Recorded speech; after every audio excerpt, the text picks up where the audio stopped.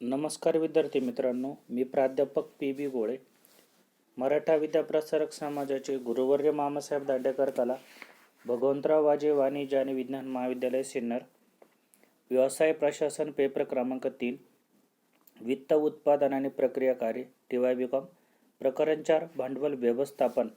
मागील लेक्चरमध्ये आपण खेळते भांडवल म्हणजे काय, खेळत्या भांडवलाचे स्वरूप बघितले होते. त्याचबरोबर खेळत्या भांडवलाचे महत्त्व या टॉपिकला आपण सुरुवात केली होती. त्यानंतर या टॉपिकमधील जे 4 महत्त्व आहे हे बघितले होते. त्यानंतर 5वं महत्त्व, कर्ज मिळवणे सोपे बनते. व्यवसाय संस्थांजवळ पुरेशा प्रमाणात खेळतं भांडवल असल्यास बँकेकडून विनातारण कर्ज मिळवणं शक्य होतं. तसेच अशा उद्योगांना इतर मार्गाने सुद्धा कर्ज मिळवणे अवघड होत नाही.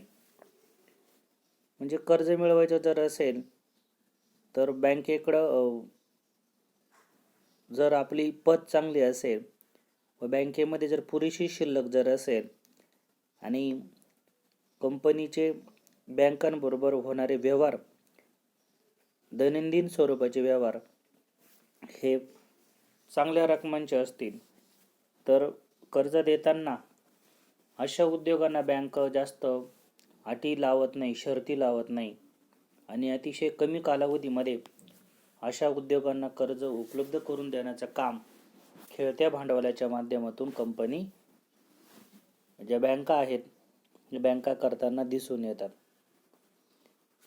त्यानंतर 5वं महत्त्व आहे ख्याती मूल्य निर्मिती, ज्याला आपण गुडविल असं आपण म्हणतो. खेळत्या भांडवलाच्या माध्यमातून संस्थेची आर्थिक परिस्थिती जर उत्तम जर असेल तर लोकांची देणी वेळेवर भागवता येतात. त्यामुळे कंपनीची चांगली प्रतिमा आहे ती निर्माण होते आणि ख्यातीमूल्य वाढतं. बाजारामध्ये कंपनीची पत निर्मिती बँकांमध्ये चांगली झालेली असते. तसेच भागधारकांना वेळेवर लाभांश दिलेला असतो आणि साहजिकच कंपनीमध्ये चैतन्याचे वातावरण असल्यामुळे, जसं आपण म्हणतो की ज्याच्याकडे लक्ष्मी आहे त्याच्याकडे लक्ष्मी वळते, त्या पद्धतीने या संस्थेच्या विक्रीमध्ये देखील वाढ झालेली असते. त्यामुळे वातावरण तेजीचं असल्यामुळे मार्केटमध्ये कंपनीचं जे गुडविल जे आहे हे वाढण्यास सुरुवात होते. भागधारकांना लाभांश दिल्यामुळे शेअरच्या ज्या किमती आहेत या देखील वाढीस लागताना दिसून येतात. त्यानंतर पुढचं महत्त्व आहे रोख सवलत. संस्था कच्चा माल रोखीमध्ये खरेदी करत असेल तर पुरवठादार त्यावर चांगली सवलत देतात. त्यामुळे जो खरेदी खर्च जो आहे हा कमी होतो. म्हणजे कच्चा माल खरेदी करत असताना पुरवठादार जे असतात हे रोख खरेदीवरती चांगल्या सवलती देतात. त्यामुळे कंपनी ज्या विभिन्न प्रकारच्या कच्चा माल, अर्धा कच्चा माल, अर्ध पक्का माल ज्या खरेदी करत असतात यासाठी त्यांना रोख सवलत मिळणं देखील शक्य होत असतं. त्यानंतर 8वं महत्त्व आहे कार्यक्षमता आणि उत्पादकता यामध्ये वाढ. उत्पादनाच्या सातत्याने कर्मचाऱ्यांची कार्यक्षमता आणि उत्पादकता वाढते. त्यामुळे संस्थेत निरोगी वातावरण निर्माण होतं. साहजिकच जो कर्मचारी वर्ग जो आहे या कर्मचारी वर्गाचा पगार देणं हा सुद्धा भाग हा खेळत्या भांडवलाचा भाग आहे. कर्मचारी वर्गाला कंपनीनं वेळेस वेतन उपलब्ध करून दिलं, त्यांना विशिष्ट सणाच्या प्रसंगी, दिवाळी असेल, ईद असेल, या प्रसंगी जर बोनस उपलब्ध करून दिला तर अशा परिस्थितीमध्ये जो काही कर्मचारी वर्ग जे आहे यांची कार्यक्षमता वाढते, त्यांचं मनोबल वाढतं आणि ते कंपनीमध्ये अतिशय उत्सुकतेने काम करायला सुरुवात करतात.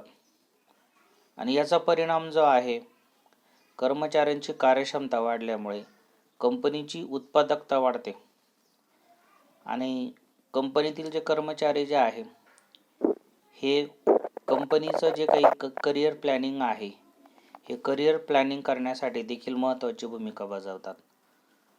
म्हणजे एकूणच रोख भांडवलाचं वातावरणातील चैतन्य हे कंपनीतील कार्यक्षमता आणि उत्पादकता यामध्ये वाढ घडवून आणण्यास मदत करताना दिसून येते.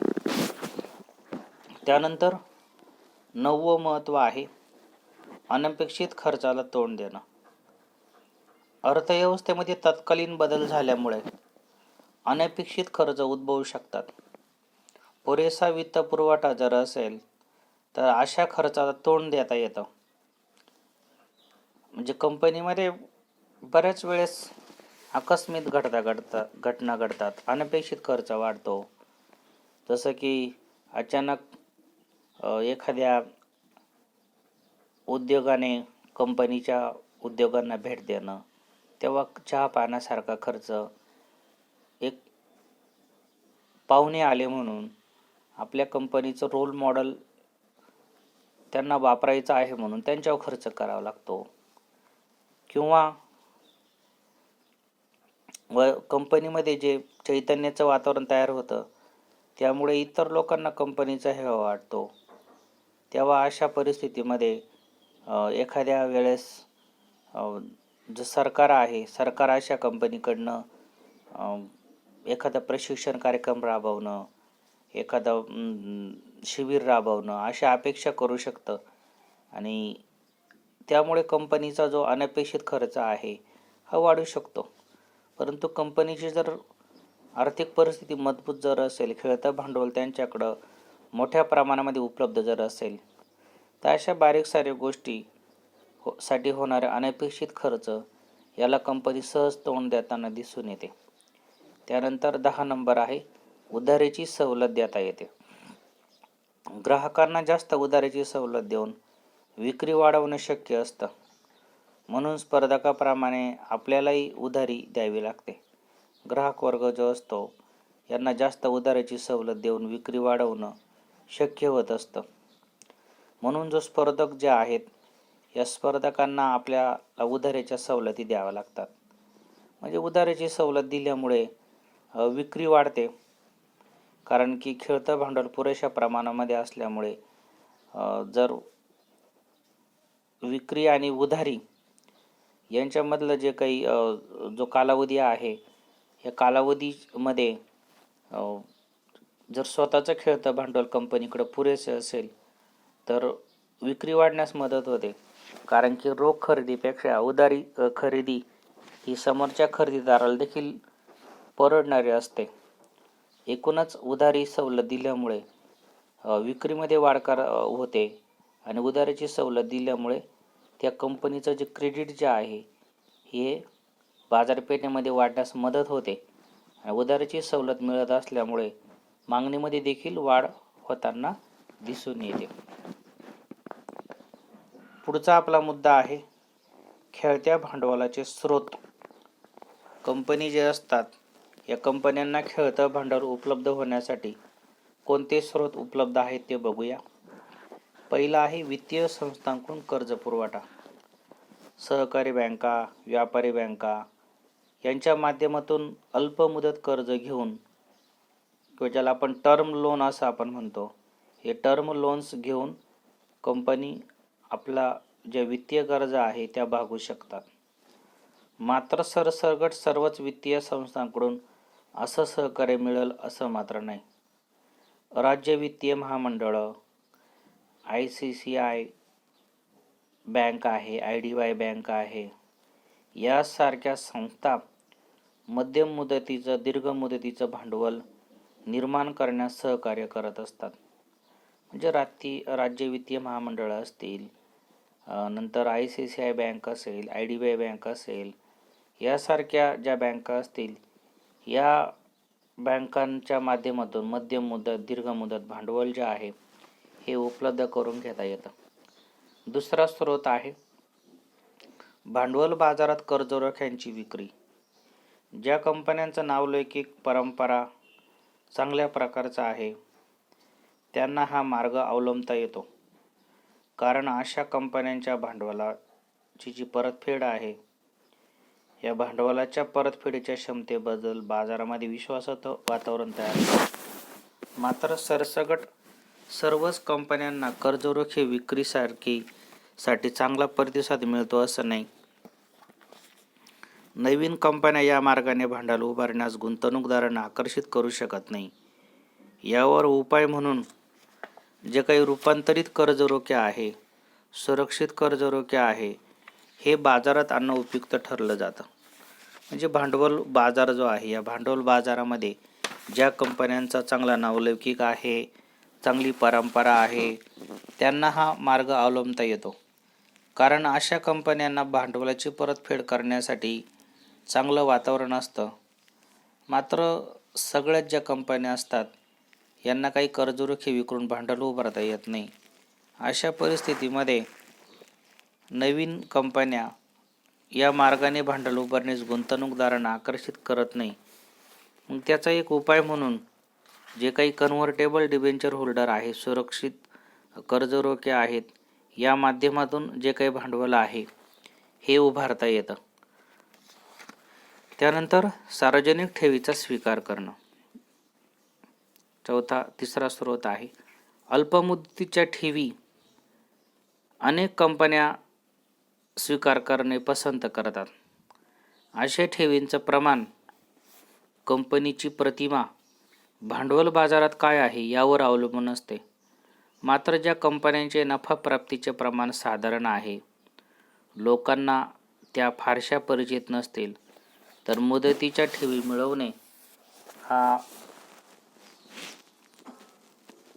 जो सहज मार्ग जो आहे, ह्या कंपन्या या ठिकाणी वापरताना दिसून येतात. म्हणजे सार्वजनिक ठेवीच्या माध्यमातून जी जनता आहे, लोक आहेत, या लोकांकडून भांडवल उभारणं 1-2 वर्षासाठी अशा प्रकारच्या जे काही अल्पमुदतीच्या ठेवी असतात या लोकांकडून स्वीकारल्या जातात आणि त्यावर आकर्षक व्याज देखील कंपन्या देताना दिसून येतात.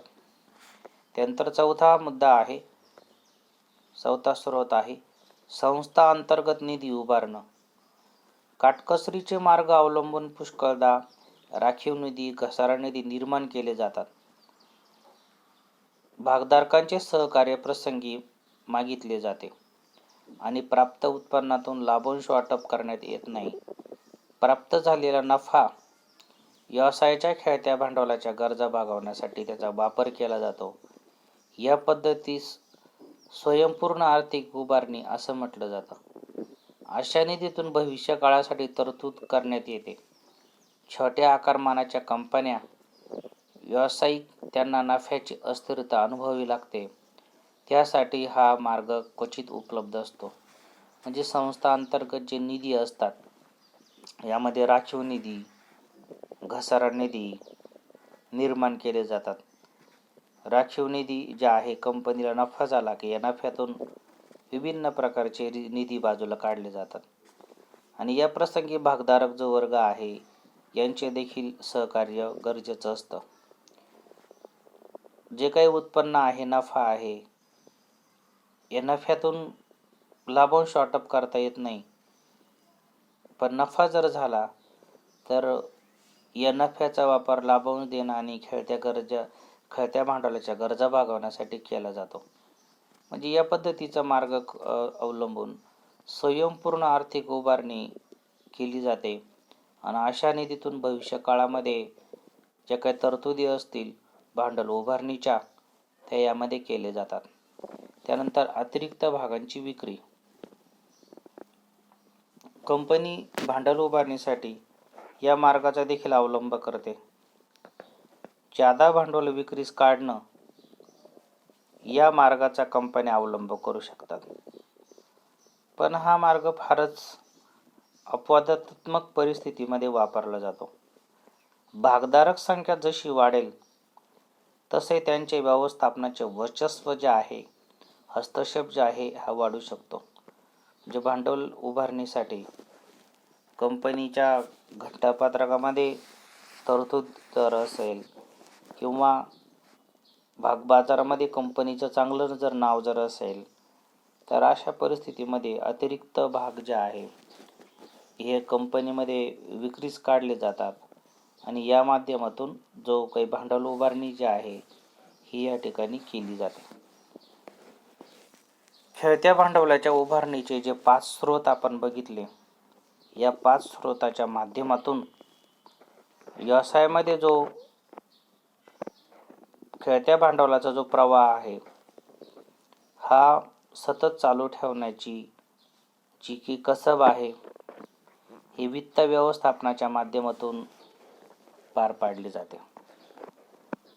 खेळते भांडवल उभे करत असताना अतिरिक्त भाग विकणं, संस्थांतर्गत निधी उभारणं, सार्वजनिक ठेवींचा स्वीकार करणं, त्याचबरोबर भांडवल बाजारात कर्ज रोख्यांची विक्री करणं, वित्तीय संस्थांकडून कर्ज पुरवठा करणं, या 5 माध्यमातून कंपनीमध्ये भांडवल कमी पडणार नाही याची काळजी यामध्ये घेतली जाते.